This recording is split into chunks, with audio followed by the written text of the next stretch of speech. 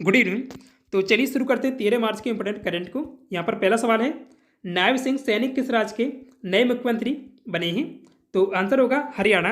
अब नायब सिंह सैनी की तस्वीर ये है नायब सिंह सैनी। नायब सिंह सैनी को हरियाणा के 11वें मुख्यमंत्री के रूप में राज्यपाल बंडारू दत्तात्रेय ने शपथ दिलाई है।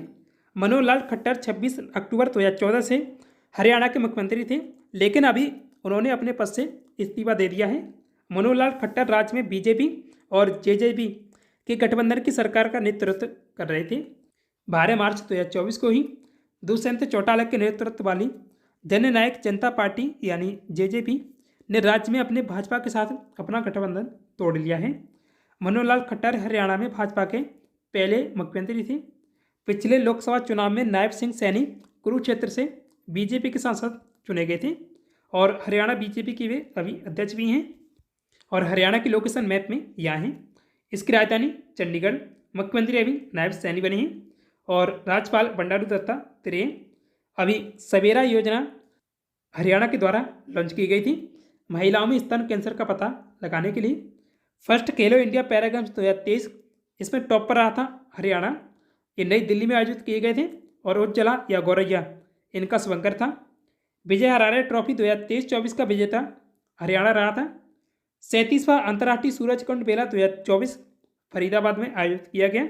इसमें पार्टनर कंट्री तंजानिया और थीम राज्य गुजरात था। गुजविंदर सिंह जो सामाजिक कार्यकर्ता हैं, इन्हें 2024 का पद्मश्री मिला है और ये हरियाणा राज्य के निवासी हैं। और आप देखते हैं जब भी राज्यों के नए मुख्यमंत्री बने हैं, झारखंड चंपई सोरेन, तेलंगाना रेवंत रेड्डी, बिहार नीतीश कुमार 9वीं बार और मध्य प्रदेश मोहन यादव, मिजोरम लाल दोमा, राजस्थान भजन लाल शर्मा, छत्तीसगढ़ विष्णुदेव साय। दुनिया का सबसे बड़ा हथियार इम्पोर्टर या आयातक देश कौन बना है? आंसर होगा अपना देश भारत बना है। 11 मार्च को Stockholm International Peace Research Institute यानी सिप्री ने दुनिया में सर्वाधिक हथियार खरीदने वाले देशों की लिस्ट जारी की है। इस लिस्ट के अनुसार भारत दुनिया में सबसे बड़ा हथियार इम्पोर्टर है। इस रिपोर्ट के मुताबिक भारत की हथियार खरीदने में 2019 और 2023 के दौरान 9.8% की बढ़ोतरी हुई है। इस लिस्ट में 8.4% के साथ दूसरे नंबर पर सऊदी अरब है। कतर 7.6% के साथ तीसरे नंबर पर है। एशिया में जापान में हथियार इम्पोर्ट 155% बढ़ा है। हाल ही में पीएम मोदी ने गुजरात राज्य से कितनी वंदे भारत एक्सप्रेस ट्रेनों को हरी झंडी दिखाकर रवाना किया है? तो आंसर होगा 10 को। अब गुजरात की राजधानी गांधीनगर और मुख्यमंत्री भूपेंद्र भाई पटेल, राज्यपाल आचार्य देवव्रत हैं। 12 मार्च को प्रधानमंत्री नरेंद्र मोदी ने गुजरात के अहमदाबाद में 85,000 करोड़ की रेल प्रोजेक्ट का इनॉग्रेशन किया है। उन्होंने देश भर में विभिन्न राज्यों से चलने वाली 10 वंदे भारत एक्सप्रेस ट्रेनों को भी हरी झंडी दिखाकर रवाना किया है। इसके अलावा पीएम ने रेलवे स्टेशनों पर 50 प्रधानमंत्री भारतीय जन औषधि केंद्र भी देश को समर्पित किए हैं। पीएम ने साबरमती आश्रम में पुनर्विकसित कोचरब आश्रम का उद्घाटन किया है और यह 1915 में दक्षिण अफ्रीका से भारत आने के बाद महात्मा गांधी द्वारा स्थापित पहला आश्रम था। इसे गुजरात विद्यापीठ द्वारा एक स्मारक और पर्यटन स्थल के रूप में संरक्षित किया गया है। अब बात करें वंदे भारत ट्रेन के बारे में, तो इसे 15 फरवरी 2019 को देश की पहली वंदे भारत ट्रेन नई दिल्ली से वाराणसी के बीच चलाई गई थी। पीएम मोदी ने इसे नई दिल्ली में हरी झंडी दिखाकर रवाना किया था। वंदे भारत ट्रेन की स्पीड अधिकतम 180 किलोमीटर प्रति घंटा हो सकती है, दौड़ सकती है। 2018 में इसका निर्माण चेन्नई में इंटीग्रल कोच फैक्ट्री के द्वारा किया गया था और इसका पहला नाम ट्रेन 18 रखा गया था। किस मंत्रालय के द्वारा CAA के तहत भारतीय नागरिकता के एक वेब पोर्टल को लॉन्च किया गया है? तो आंसर होगा गृह मंत्रालय। 12 मार्च को सिटीजनशिप अमेंडमेंट एक्ट यानी CAA के तहत भारतीय नागरिकता के लिए गृह मंत्रालय ने एक वेब पोर्टल लॉन्च किया है।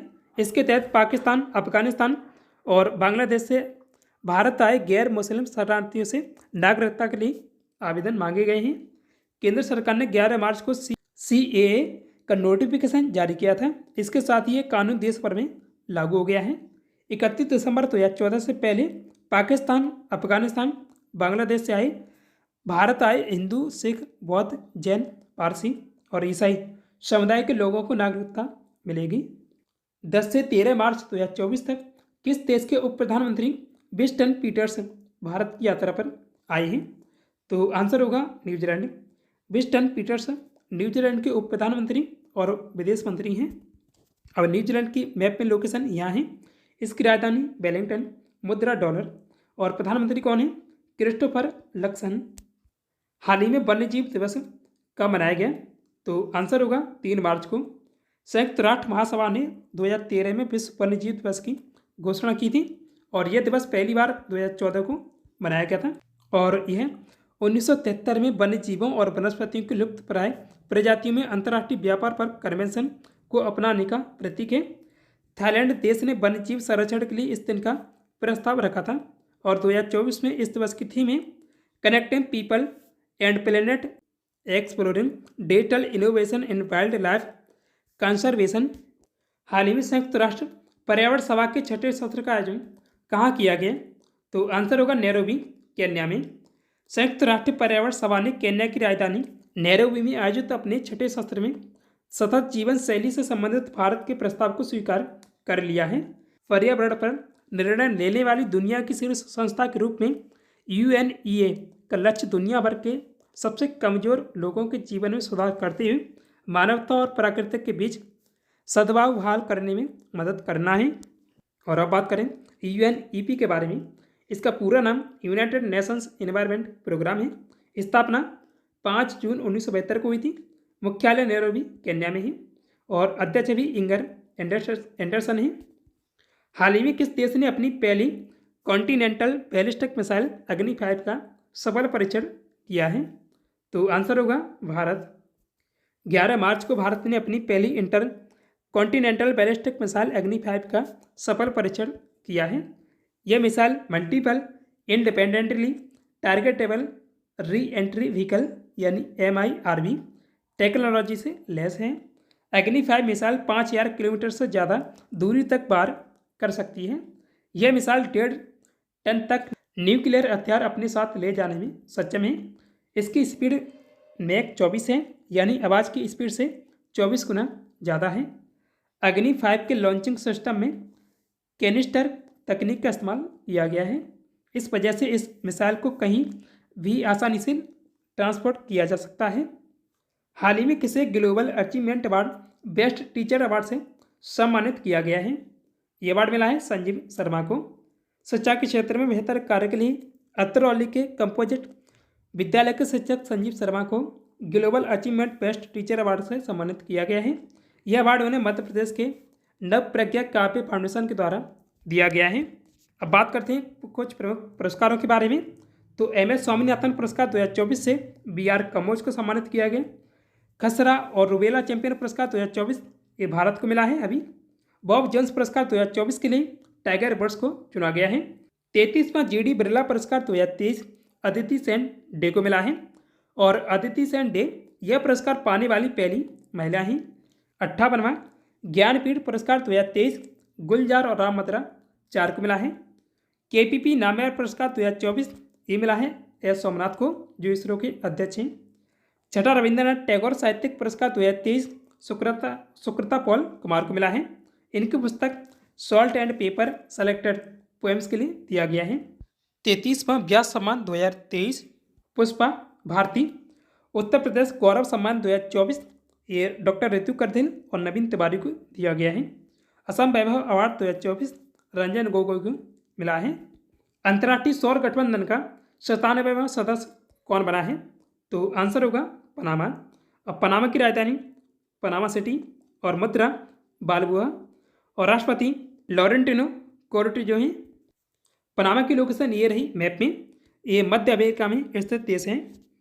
मध्य अमेरिका देश पनामा इंटरनेशनल सोलर अलायंस यानी ISA का 97वां सदस्य बन गया है। अंतर्राष्ट्रीय सौर गठबंधन का 96वां सदस्य हंगरी और 95वां सदस्य अभी चिली बना था। दोस्तों मैंने आपको बताया था कि 119वां सदस्य माल्टा बना है।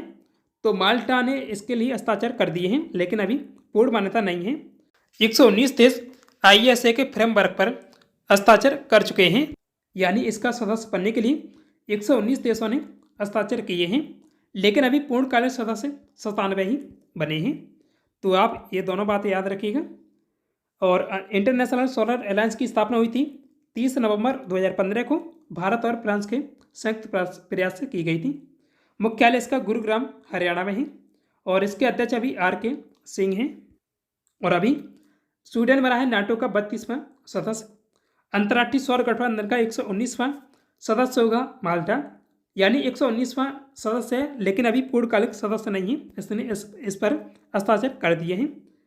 तो G20 का 21वां सदस्य बना है अफ्रीकन यूनियन। और अभी ब्रिक्स के 5 नए सदस्य देश बने थे, ईरान, इथोपिया, मिस्र और UAE, सऊदी अरब। लेकिन सऊदी अरब के बारे में अभी क्लियर नहीं है, तो इसलिए इसमें 4 ही आप याद रखिएगा। और तो अब कुल मिलाकर इसमें सदस्यों की संख्या 9 हो गई है। पहले 5 थे और 4 ये, तो 9 है अभी तक 9 ही है। और SCO का 9वां सदस्य देश बना है ईरान। और अब देखते हैं स्टैटिक जी के संविधान के किस अनुच्छेद में उल्लेख है कि संघ की राजभाषा देवनागरी लिपि में हिंदी होगी। तो यह है 343 में। संविधान के किस भाग में राजभाषा का उल्लेख दिया गया है? भाग 17 में। राजभाषा आयोग का प्रावधान किस अनुच्छेद में दिया गया है? 344 में। BG खरे की अध्यक्षता में प्रथम राजभाषा आयोग का गठन कब किया गया था? 1955 में। भारत की 22 भाषाओं का उल्लेख किस अनुसूची में दिया गया है? अनुसूची 8 में। 1967 में 21वें संविधान संशोधन के द्वारा 8वीं अनुसूची में किस भाषा को जोड़ा गया था? तो सिंधी को जोड़ा गया था।